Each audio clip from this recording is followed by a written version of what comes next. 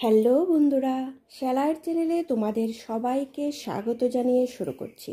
আজকে দেখাচ্ছি যে রেডিমেড যে জামা আমরা কিনে আনি, জামাটার কোমরটা অনেকটা চওড়া। এটাকে আমরা কিভাবে পারফেক্টভাবে কমাতে পারবো। এতটা চওড়া আমরা কিন্তু ফিটিংস দিলে হবে না। 1 ইঞ্চি ফিটিংস হয়ে যায়, কিন্তু 2 ইঞ্চি 2.5 ইঞ্চি ফিটিংস কিন্তু আমরা করতে পারবো না। করলে জামাটার সাইডে আমাদের কুঁচ ধরবে। এর জন্য আমাদের কি করতে হবে এটাই আমি তোমাদের বলে দিচ্ছি। এটার জামাটার কোমরটা আছে টোটাল 21 ইঞ্চি।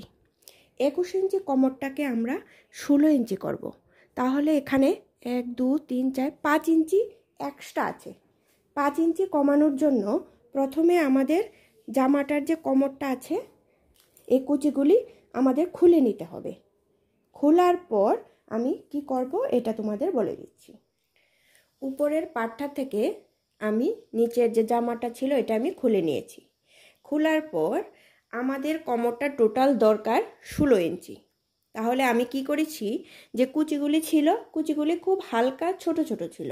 আমি কুচিগুলি একটু বড় বড় করে একটু ঘন ঘন করে দিয়ে দিয়েছি। আমার দরকার টোটাল কোমরটা 16 ইঞ্চি। আমি এখানে 17 ইঞ্চি রেখেছি। 2 সাইডে 1/2 ইঞ্চি করে শিলির জন্য দরকার। দেখো আমি এখানে 17 ইঞ্চি রেখেছি।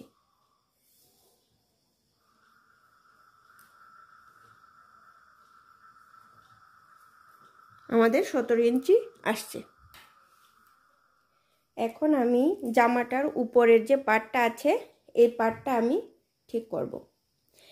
প্রথমে আমি হাতার মুহুরির যে মাপটা ছিল, মাপটা আমি যেই মাপে কাটবো এই মুহুরির মাপটা কাটবো। তারপর আমি বডির মাপ কাটবো, তারপরে আমি কোমরের মাপটা দেব।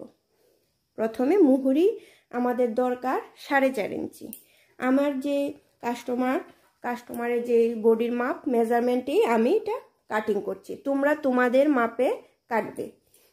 মুহুরিটা 4.5 ইঞ্চি।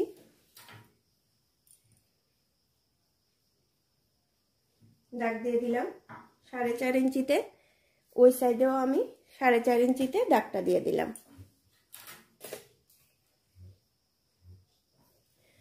এখন আমি বডির যে মাপটা, বডির মাপটা নেব। আমি বডির মাপ আছে 19 ইঞ্চি, আমি নেব 20 ইঞ্চি, কারণ আমার সেলাইয়ের জন্য আরো 1/2 ইঞ্চি এক্সট্রা লাগবে।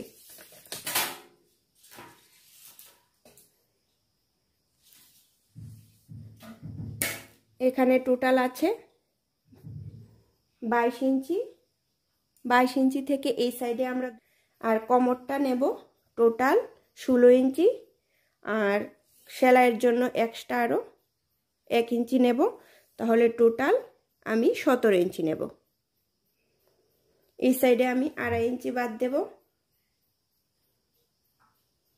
এই সাইডেও আমি 2.5 ইঞ্চিতে দাগ দিয়ে দিলাম। এইভাবে আমরা উপরের পাটটা কাটিং করব।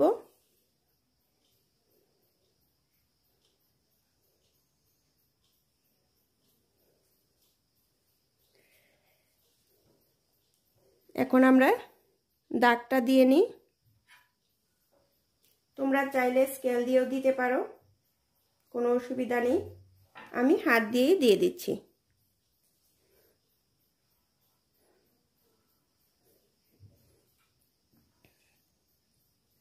স্কেল দিয়ে দিলে একদম সুবিধা হয় অনেকে, তোমরা স্কেলেও দিতে পারো।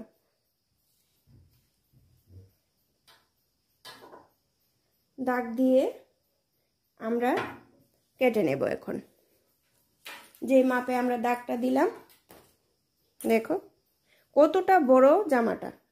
তো এটা তো এমনি ফিটিংস করা যাবে না, বাজে হয়ে যাবে দেখতে।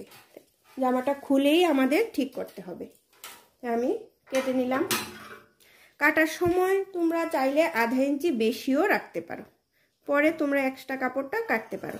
আমি সব সময় একটুখানি কাপড় বেশি রাখি।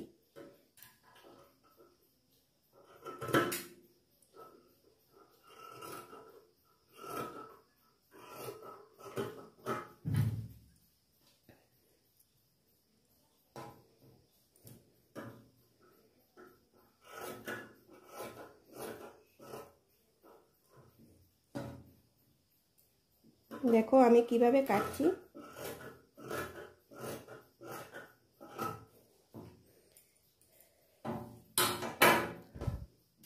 আমাদের উপরের পাটটা কাটা কমপ্লিট হয়ে গেছে।